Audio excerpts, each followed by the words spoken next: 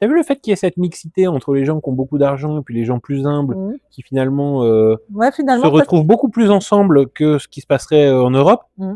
Ça te donne une espèce de claque d'humilité et de réalité qui fait que, Oui, ça te calme, ça te fait avoir les pieds vraiment bien sur terre.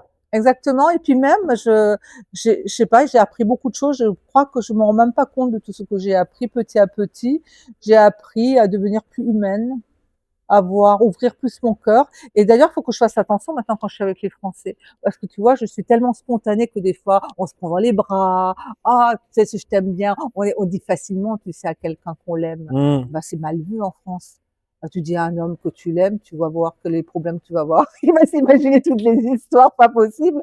Ici, ça a pas de pro Ouais, mais tu vu en espagnol, c'est un peu moins embêtant parce que tu as cette distinction entre, te amo et te quiero mucho. ouais, voilà. Donc, il y a pas cette ambiguïté. Tu peux dire à quelqu'un que tu l'aimes beaucoup, sans que ça puisse être Ouais, mal mais tu perçu peux parce qu'il y a envoyer plein de le petits voilà, cœurs, oui, tu peux oui. plein de trucs, tu peux le C'est plus prendre, chaleureux, tu oui. peux très tu sais très chaleureux sans que ce soit ambigu. Bah, eux, ils le disent, hein. Ils le disent que pour eux, nous, les Européens, on est beaucoup plus froids, C'est très beaucoup froid plus, oui, oui, et beaucoup plus là carrés.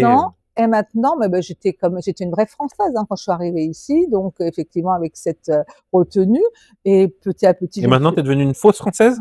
Ou je une vraie paraguayenne? écoute, je crois que je me suis adaptée à cette culture et j'ai plus de mal maintenant avec les Français.